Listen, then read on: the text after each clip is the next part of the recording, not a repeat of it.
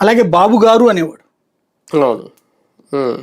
ఆయన్ని బాబుని ఈయన గౌరవిస్తాడు, ఉమ్, అపారమైన గౌరవం ఉంది.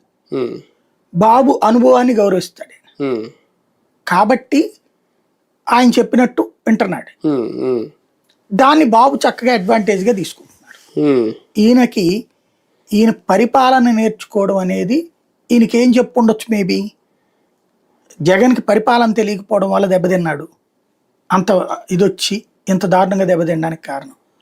నువ్వు రేపు సీఎం అవుతావు ఏదో ఒక నాటికి, జగన్ వెళ్ళిపోతే ఆ ప్లేస్ నీదే, అప్పుడు మా లోకేష్కి వ్యతిరేకంగా నువ్వే సీఎం అవుతావు, కాబట్టి నువ్వు ప్రిపేర్ అవ్వు అని చెప్పుండొచ్చు కదా.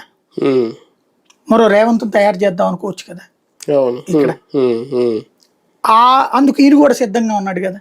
ఉమ్, ఈయన ఆలోచన ఎంతసేపటికి కూడా జగన్ ప్లేస్ నేను ఆక్యుపై చేస్తాననే ఆలోచనలోనే ఉన్నాడు పవన్ కళ్యాణ్. అవునా. తెలుగుదేశం ప్లేస్ ఆక్యుపై చేయాలనుకోవట్లేదు, అది అది వాళ్ళకే ఉండాలి ఆ ప్లేస్.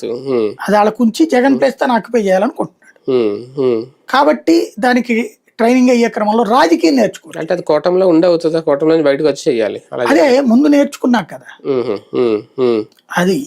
అంటే జగన్ పట్ల విపరీతమైన ద్వేషం పెంచాలి, అది చంద్రబాబు గారితో పాటు తను కూడా పెంచాలి, తన సామాజిక వర్గంలో పెంచాలి. ఎందుకంటే జగన్ అనూహ్యంగా యాక్సెప్టబుల్ లీడర్ ఫర్ కాపుస్ అయ్యాడు. ఏది